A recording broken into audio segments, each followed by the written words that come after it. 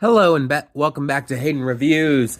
Today, since just the new year happened, and of course I did my top 10 best films of 2023, I have to do my top 10 best performances of 2023. Honestly, this list was so much harder as I had a list down to 35 people that I was considering for the top 10. Yeah, that's not ideal. So, I might list a couple honorable mentions right now. Only a couple. Zac Efron in The Iron Claw, Ryan Gosling in Barbie, Robert De Niro and Leonardo DiCaprio in Killers of the Flower Moon, and I don't know how many others I'll have to name here. Well, yeah, there will be one more huge name that I hope the Oscars really don't forget about. Glenn Howerton for Blackberry. That's amazing. You know what, just for the fun of it, I'll throw in Joaquin Phoenix for Beau is Afraid. Teyana Taylor for 1001 as well. Alright, now I will get on to the list, but those are my brief honorable mentions. And now on to the top 10 best performances of 2023. Starting in at number 10 is a performance I did not think would be the only one from this film to make it on this list. That's Charles Melton from May December. Now, I gotta be honest, I totally thought Natalie Portman or Julianne Moore would have made it. But Charles Melton makes it, the guy from Riverdale. So, he brings so much subtlety and depth and emotion and realness to this character that in a way, like, he definitely outshined Natalie Portman and Julianne Moore. And hearing, like, the early reviews, like, from one of the film festivals, you hear that, oh, all three leads are great. You could argue for any of the three being the best. But a lot of people were supporting Charles Melton. And I was like, oh, interesting. A guy from Riverdale is outshining two Oscar winners. But he really puts in his all. And I know some people may say he is not nearly as good as everyone says. Sure, I understand that. Some people may say that Natalie Portman is the clear best or Julianne Moore is the clear best. I can understand those. But in my opinion, I think Charles Melton easily outshines them both personally. Number 9, Da'Vine Joy Randolph in The Holdovers. She just won a Golden Globe for this performance, and it is completely deserved. She delivers so much emotion and comedy, really, with this performance. She is a fantastic pick and gives, in my opinion, the best supporting actress performance of the year. I honestly hope she goes on to win the Oscar. I really do. She gave a phenomenal performance and deserves to be recognized for it. Number 8. Same thing with Charles Melton, but I did not expect this performance to be the best one of the film, especially this film. Lily Gladstone in Killers of the Flower Moon. I totally went in thinking Leonardo DiCaprio was about to put out his best performance, or Robert De Niro was about to. Lily Gladstone came out of the film outshining both legends, which I was so shocked about, but she did a phenomenal job with this film. She really did. Leo did the typical Leo thing. He really went into the character. He put on a weird accent that you can tell it's him with a different accent. You can still tell it's him through the voice.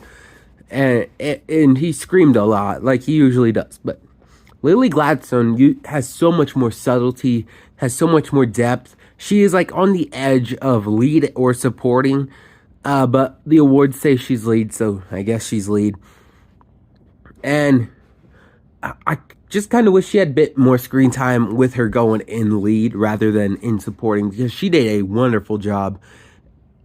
Really, she was the best performance of Killers of the Flower Moon, which I was so surprised about, but she was wonderful. Number 7, hopefully future Oscar winner, Robert Downey Jr. for Oppenheimer. His best performance since Tropic Thunder, arguably since Chaplin. Yeah, this is Robert Downey Jr. giving one of his best performances Easily. This shows that he is not just Iron Man now, but he can actually play different characters and proves that he is really a phenomenal actor. He holds his own with Cillian Murphy. We'll say that. But he outshines every other actor in this film whenever they're on screen, but matches Cillian Murphy every single time. Really, Downey gives a phenomenal performance. He also just won the Golden Globe. I hope he goes on to win. I really do hope he goes on to win the Oscar. This is Downey at his best, and he should stick to performances like this, in my opinion. Number 6, the most Oscar baity performance on the list. Bradley Cooper for Maestro. Crazy voice, crazy nose, crazy makeup, crazy acting. Bradley Cooper, he gives one of his best performances, but it's almost a bit too Oscar baity for him to win an Oscar. But he really is phenomenal. He transforms into Leonard Bernstein, and he really does a great job. Even though some people may have problems with it, and some people, me, kind of say he's not the best performance in the film, but he still does a wonderful job and deserves an Oscar nomination. You can have him in the talks for a win. I can understand that for sure. And number 5, the best performance in Maestro, Carrie Mulligan. Carrie Mulligan is one of the most overdue actresses for an Oscar. Easily. Promising one young woman should have been hers, but Frances McDormand was there. Yeah, Carrie Mulligan, in my opinion, she just outshined Bradley Cooper. Like, Bradley Cooper just felt like he was trying too hard a little bit. Carrie Mulligan did it seamlessly and easily matched him, if not surpassed him, in almost every scene. She brings more depth while he brings more transformation. That's really the difference between the two of them. Number 4, Sandra Huer, Anatomy of a Fall. One of the best films, one of the best screenplays, one of the best directed films, one of the best performances of the year. Anatomy of a Fall should be watched by everyone. Really should be. And it is really a wonderful choice for literally any award. Every single one. It's a great choice. Sandra Huer gives a wonderful performance. It easily goes down as one of the best. It is emotional, in-depth. It has so much range throughout. And if people say she deserved an Oscar for it, I cannot disagree. I think the race should be between like 2 people. Her and my number 2 pick. But you will see who that is. I just believe Sandra Huer gives a phenomenal performance. Everyone go watch Anatomy of a Fall right now. Number 3, the second performance from The Holdovers, Paul Giamatti. Paul Giamatti is such an interesting actor. How he doesn't lead so many more films, I don't know. It felt like Sideways was his last lead role, with Alexander Payne also directing it. So, I think Paul Giamatti really becomes this character, of Paul, and he does a wonderful job. It oozes good Christmas movie, good feel-good movie. Everything about The Holdovers oozes that with every second of it. It is one of the most watchable films of 2023, without question. The Holdovers is so great. Dominic Sessa almost, I had 35 people in the consideration for this list. Dominic Sessa was on there. He also gave a great performance. Divine Joy Randolph was wonderful. But the best performance of The Holdovers was Paul Giamatti, who just got a very deserving Golden Globe. Number 2, a movie that's getting a bit controversial, Poor Things. Emma Stone easily gives the best performance of the film. Talk about range. She does so much in this film. I know people are going to be talking about Mark Ruffalo or Willem Dafoe, and yeah, they're both good. They're both really good. But in my opinion, Emma Stone is leagues ahead of them. The Oscar race should be between Emma Stone and Sandra Huer, in my opinion. Like I say, Lily Gladstone made my top 10, but I think she has 3 competitors that were better than her.